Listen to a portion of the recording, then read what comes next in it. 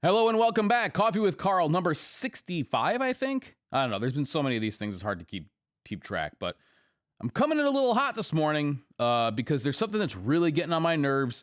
And I know it's a small thing, but as a guy who's into production and all that stuff, by the way, how do you like this?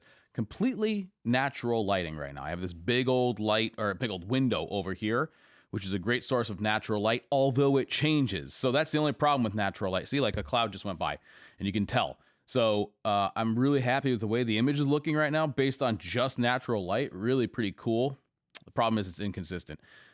Now, audio has always been an obsession of mine. And while my video quality has sort of, well, it's gone from pretty damn bad to pretty good, I think, now. And the only reason that it's been that kind of... the only reason that it's progressed like that is because I have learned a lot and tried new things and experimented and found out what doesn't work so that I could find out what does work. And, the video stuff it's very complex, especially with changing lighting, different products, different reflectivity, things like that.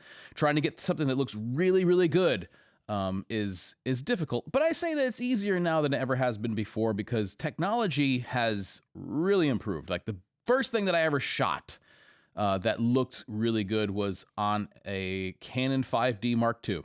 And that was an old camera. And I say old, I think it was maybe, 2012? Something like that, maybe, if I had to guess. It was an older camera, but it was the first DSLR which could take video. And that meant that you could have a beautiful blown out background, out of focus background.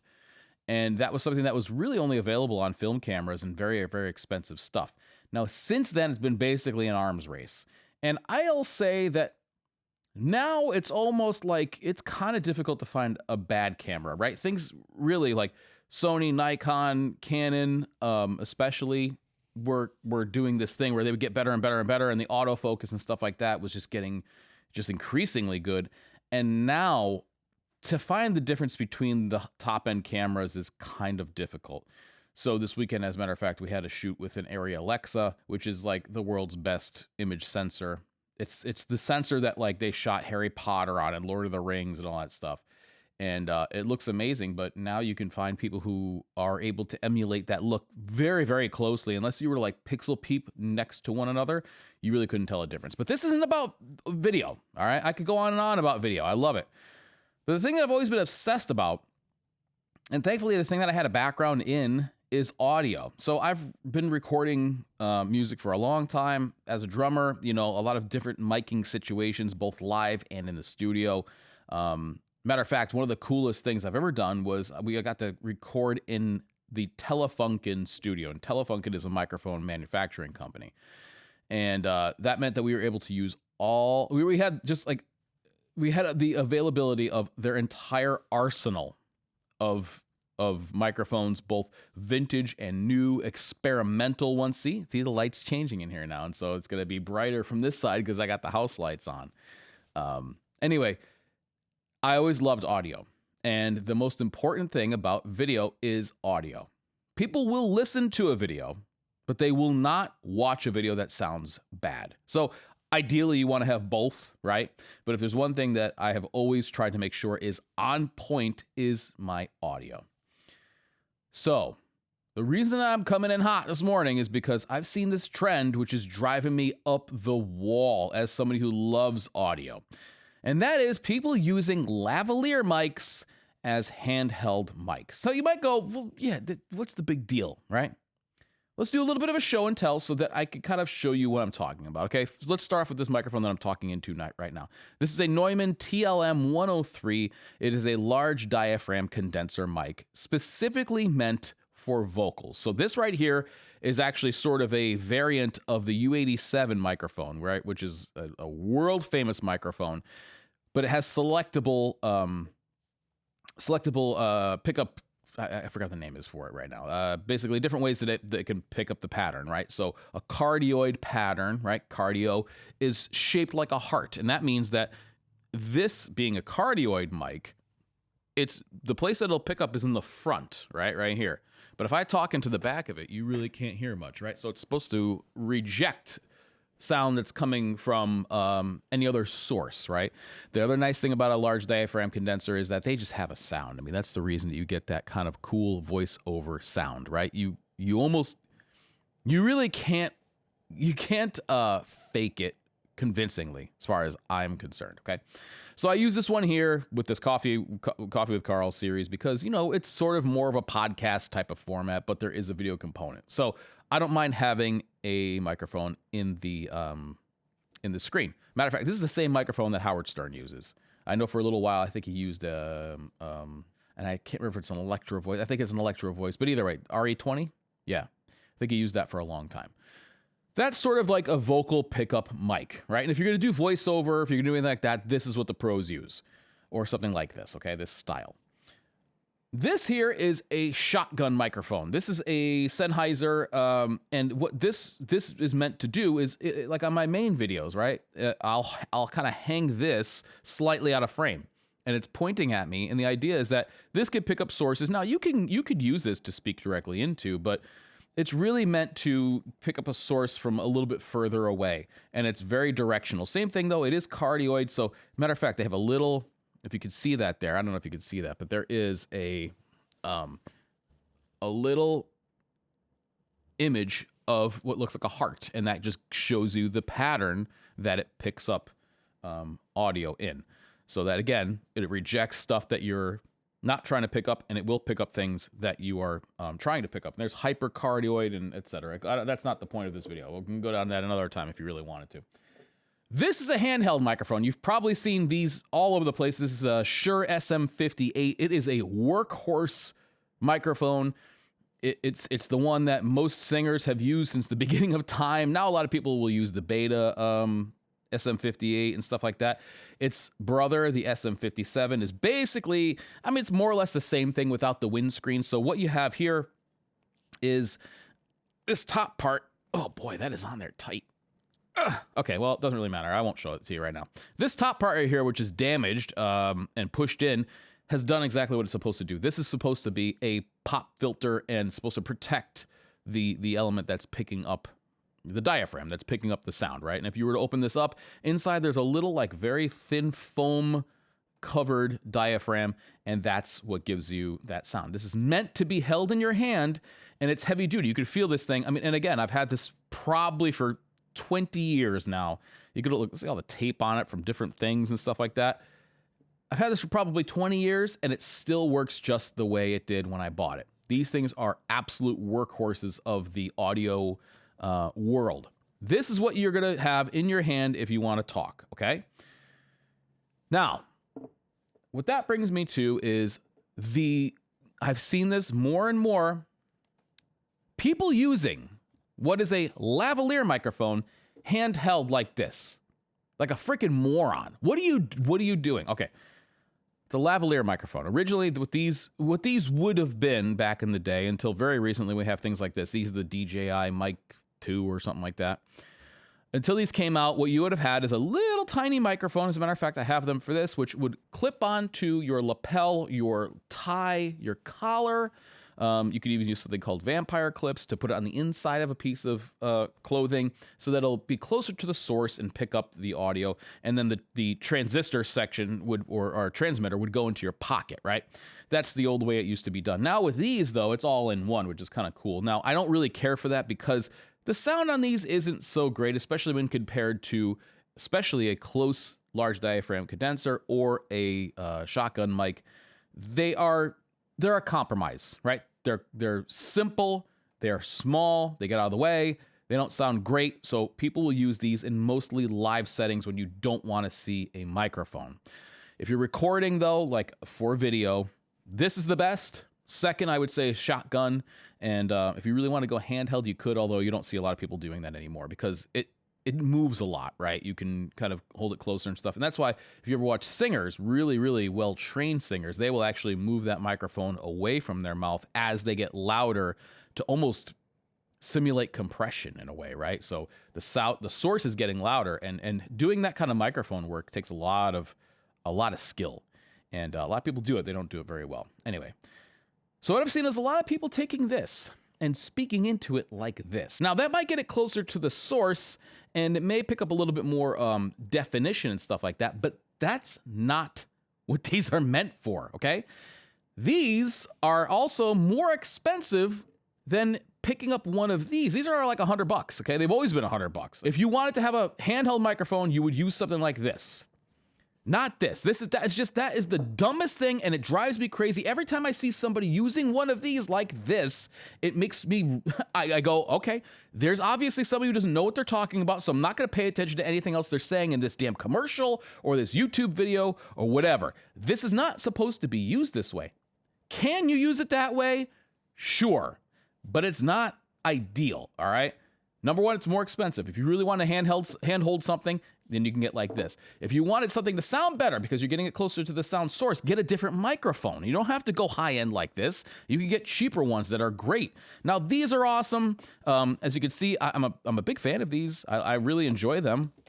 This is like, it comes in this little package right here. You see this? So what you can do is it actually has two lavalier microphones, that you can put onto different subjects. And then it also has this little transmitter, which you could put onto your camera. And then you can see, can you see that? It has little VU meters on it. It's hard for me to kind of show you. I'm sorry to geek out on you here. I know you guys like tune in for other stuff, but you see that how it actually picks it up on here too. So you could actually record locally inside of each of these DJI, and I think Rode has the same type of thing. Or it could go back to a source, which is cool, but and then the case charges it as well, which is, again, I mean, a great little compact thing. Even worse than that, though, is that sometimes I see people using that lavalier microphone, which again is meant to be attached to your clothing, with what they call a dead cat. Okay, dead cat is sort of it's a trade name for this fuzzy thing, right? You've seen this fuzzy thing before. A lot of times you'll see it, boom guys using this thing, right? And you may see it come in on, like on bloopers and stuff like that. The whole point of this is like basically sound attenuation, keeping wind noise specifically away from, or without getting a lot of, like low rumble from wind noise or other stuff like that. This just kind of deadens that a little bit. And that's what that's for. It's not meant to speak into directly like this, all right? If you want to speak directly into something like this, then they have what's called a pop filter, okay? This right here does not have a pop filter. I had another mic around here somewhere. I've had them before. You've probably seen these things. It looks like a round piece with almost what looks like maybe like pantyhose or nylon or something over it. The idea is to get rid of what they call a plosive, right? That puff of air that comes out of your lips, so that you don't get the poof, poof into the mic, which is also why I have this offset. So I'm speaking to you, all that air is going this way.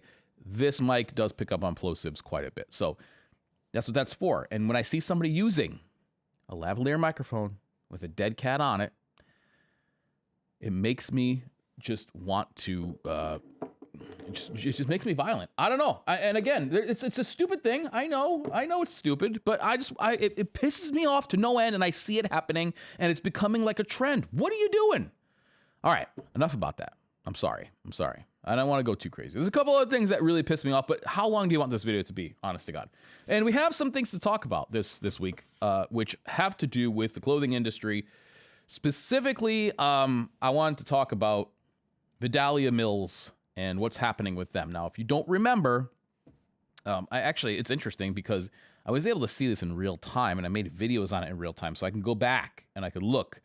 Like when the Cone Mills White Oak plant shut down, it was a big thing. The whole denim community or whatever mourned this, because that was the plant that made the original like Levi's selvedge material, and it was the last, the last big selvedge mill in America. Now there's probably small ones around, like Houston Textile I think has some shuttle looms and stuff like that, but this was a big deal, and everybody wondered what was going to happen to all those great shuttle looms, right? These were the shuttle looms that have woven the whole, the nucleus of Americana, right? The blue jean since way back when. And so everybody was wondering what was going to happen to these looms. Turns out Vidalia Mills ended up with most of them. I think 2 of them went to the Cone Mills historic, I can't remember it now. There's a name for it, and it's escaping me right now. There's basically a place that is kind of what they're trying to do is kind of keep the history of the Cone Mills plant. And they actually do operate, I believe, 2 of those looms. So they have 2 of them. Well, Vidalia Mills produced denim for quite a while for some of the brands that I'm sure you know. They've made a lot of denim, and Left Field used it, a lot of different brands. And it was more or less like you were having this great stuff made by a wonderful denim company using these historic machines. And it was like somebody saved it, right? That's what it felt like. And again, I made a video when Cone Mills was closing, and I made a video about Vidalia when they were starting up, and it felt like that was the way it was going to be. Unfortunately, I was reading Heddles the other day, and they linked to this article here from SJ Denim, and the title is Vidalia Mills faces public auction as 32.5 million debt looms. And so what that basically means is that Vidalia Mills that opened up in 2018 is scheduled to go up for auction by the Concordia Parish Sheriff's Office on April 9th. The sale will include 81.87 acres of land, which was purchased from the town in 2017 for $12 million. The 900,000 square foot former Fruit of the Loom distribution center, which they retrofitted for their manufacturing facility, and numerous pieces of equipment. It gets a little bit worse, too, because there's a lawsuit involved. So Concordia Sentinel outlined that Vidalia Mills' previous financial troubles, including $450,000 in back rent, which is eventually paid in 5 installments, and a civil suit from Process Service Specialist LLC in 2024. Citing court papers, Concordia Sentinel said the company sued Vidalia Mills for $711,834, though Vidalia Mills made a payment of $222,576 to Process Service Specialist. It refused to pay the $711 some odd $1,000 balance. So there's that as well. In October, Vidalia announced the layoff of 35 employees as a strategic operational shift aimed at increasing productivity and enhancing Pima yarn production capabilities. The mill had begun to invest in the installation of advanced carding and opening equipment that will allow it to triple Pima yarn production. I've spoken to people over at Vidalia Mills, and especially in preparation for the second video that I did, and it seemed like things were going well. Now, of course, they're not going to tell me, a YouTuber, about like, oh yeah, we're having some financial trouble, right? They're not going to say that. They're gonna hold that close because, you know, as soon as they smell blood in the water, right, the piranhas start circling. But this is just a terrible thing to happen because Vidalia Mills, I remember they were trying to do something where they're going to grow cotton on that property that I mentioned that they had there, and they were going to actually have like a whole sort of ecosystem of denim that was being produced there here in America. So it's like it seemed like a great idea. Now, did they bite off more than they could chew? Did they get investors and just really go hog wild instead of a very lean approach? That's what it kind of seems like. I think that it's kind of tough, right? You buy 40, Draper looms and stuff like that, and they're giant pieces of equipment, and now you have to maintain them and operate them and house them and all that stuff. But they were growing, but it did seem like they were producing a lot of denim for a lot of companies. And so I guess they tricked me because I had the feeling that everything was going well for them. This is not a good thing, not a good thing at all. I don't know what's going to happen with this. If it's going up for auction, is it a foregone conclusion that it's over? And if it is going up for auction, does that mean that do you get everything at once? And will maybe a big company come in and try to purchase that, right? I mean, I hate to say Levi's because the only reason I say them is because they were the original big source that Cone Mills produced for. Could Levi's, in an effort to, to onshore a lot of their production, take over and continue to make stuff using these looms? What I hate to see, and this was the same worry that most people had in the beginning, was somebody to take this whole thing and dismantle them, and then these looms go across, they go across the world and nobody ever sees them again. That's not what I want to see, and I'm sure it's not what you want to see. I mean, we want to see different types of denim and American manufacturing and jobs and all that stuff. So it's not over. You know, somebody could come in last minute and save this thing, but it's looking bleak for Vidalia Mills right now. And I, for one, didn't see the writing on the wall, but I really wasn't paying attention. So I hate to come in with some bad news, but that's just what's happening. All right, let's talk about something that's a little bit happier now, because that really bummed me out, and I don't want to start off with a with a rant and then go to some bad news and really bring you down. I want you to leave this feeling good, right? You're listening to this maybe first thing in the morning, and I don't want you to go into work just like, oh man, like life is rough. I want you to go in feeling good, okay? Now, something that is good is that Freenote Cloth is celebrating their 10th anniversary, which means they're going to be coming out with some really cool products.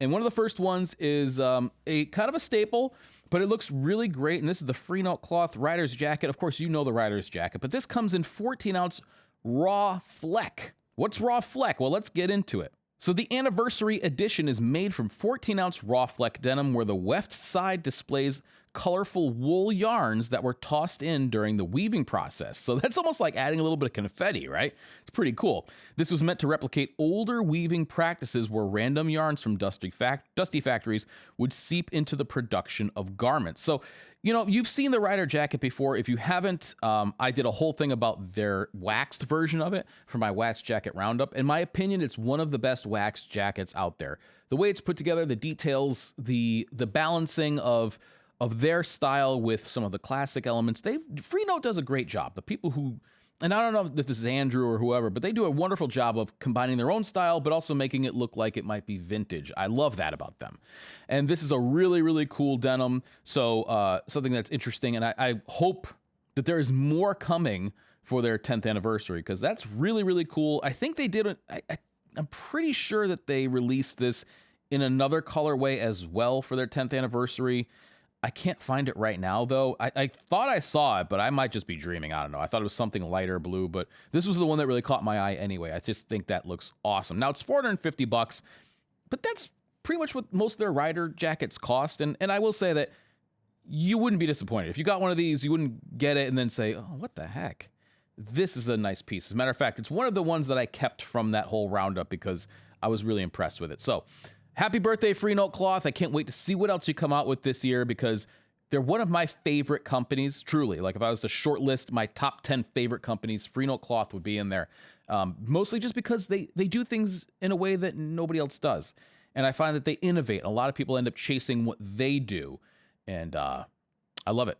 Now, another kind of not brand new thing, but a new different kind of color and fabric is Cato brand. So Cato, I love Cato. They have some awesome stuff. I especially like their bottoms, right? Like, so their jeans, their pants, stuff like that. Their tops, for me, with the exception of the camp collar flannel shirt, which was really, really good, and had a boxy fit. Their tops are usually too slim for me. I have a couple of them, and I just feel like I'm busting out of them. Like I look like an idiot. You know what I mean? I hate that look. You know that look that guys get when they know that they worked out a lot and they want to show it off, so they wear things that are a little bit too tight just to sort of show that off. For a little while, that was like a trend or whatever, and it was terrible. Man, I'm getting a lot of clouds. So when I was bragging about how nice the lighting looked, I guess that all changed. Now we're a little bit darker. Whatever. Enjoy the variation. Here it comes again. Okay, we're brightening back up. This is why this is all off the cuff. Anyway, so Cato brand, they released their the Anvil, right? With the Anvil is, if I remember correctly, this is one of their like shirt jacks. I don't think it's quite a jacket.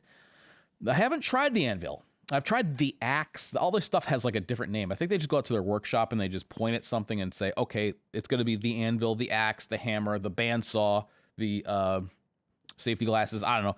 But anyway, this is the Anvil in Bird's Eye Sashiko, and it's in dark indigo, $389. And ooh, does this look good. Now, this reminds me of beach cloth.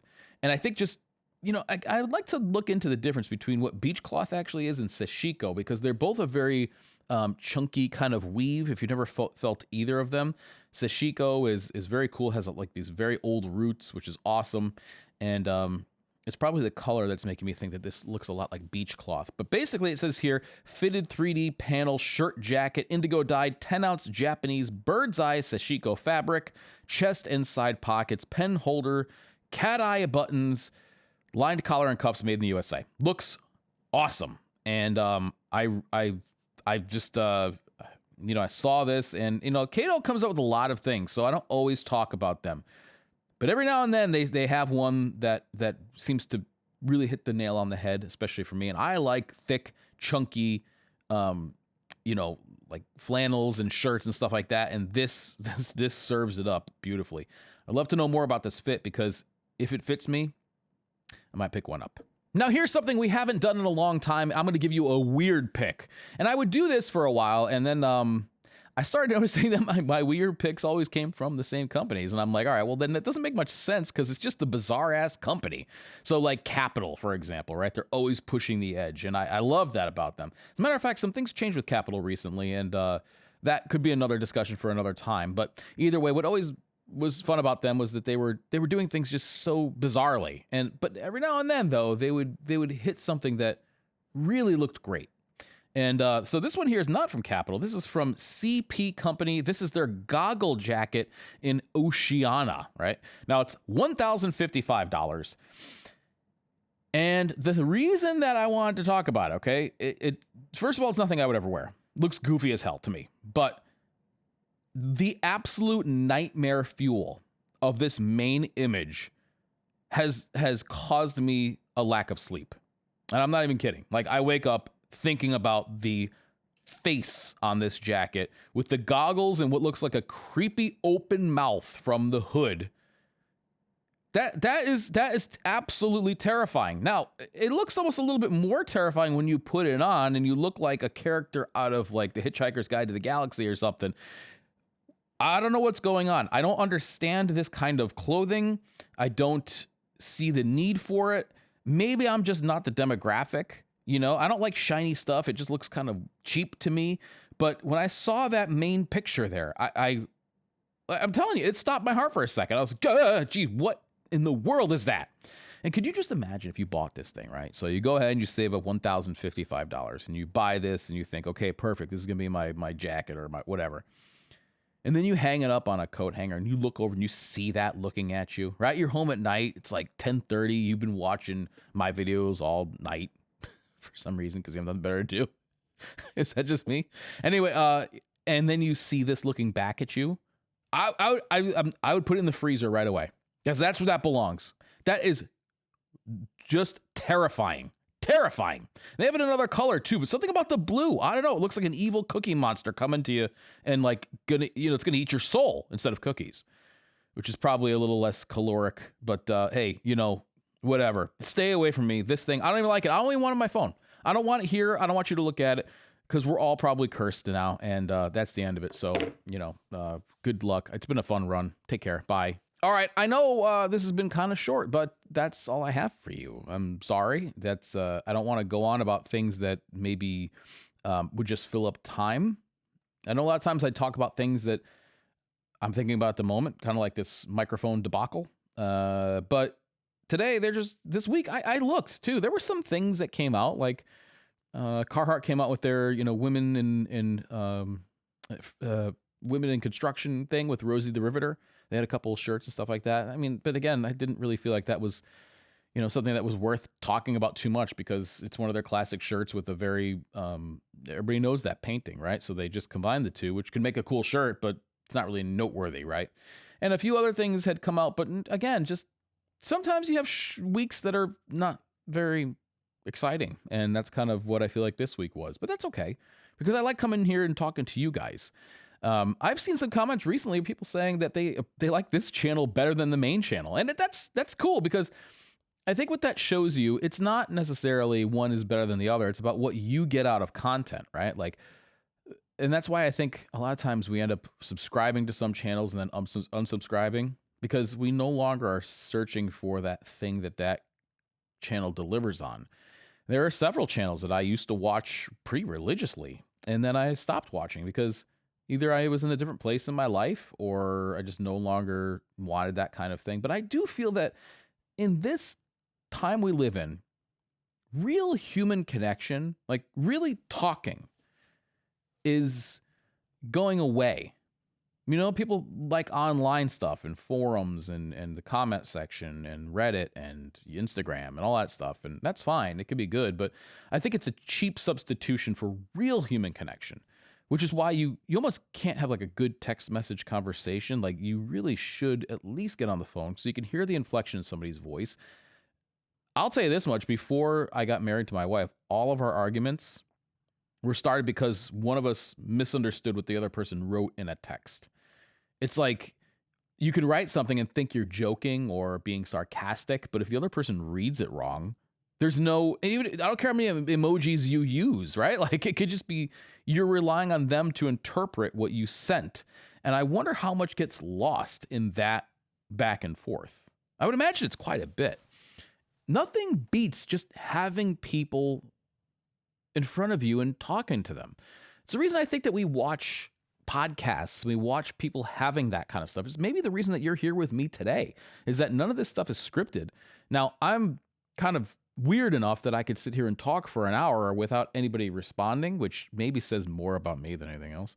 But that's why we like to watch people have conversations on cameras. It's one of the reasons I like to do it, you know, whether it's talking to Albert or Eugenia or Gareth from Jim Green or whatever. I like to have people who will have a fun conversation, and it's a nice exchange of ideas. And I find that if you are curious and not judgmental, you can usually come away feeling like you've learned something, or you just now understand things from a different perspective. And I think that the more varied the people are who you can have a good conversation with, the better off that you'll be. I love meeting new people. Now, that being said, I really don't like being like at a wedding where I don't know anybody. Like that sucks, you know what I mean? But I like meeting new people, especially when we start from, we have this in common, and then we can branch out. Like Albert and I don't see eye to eye on a lot of things.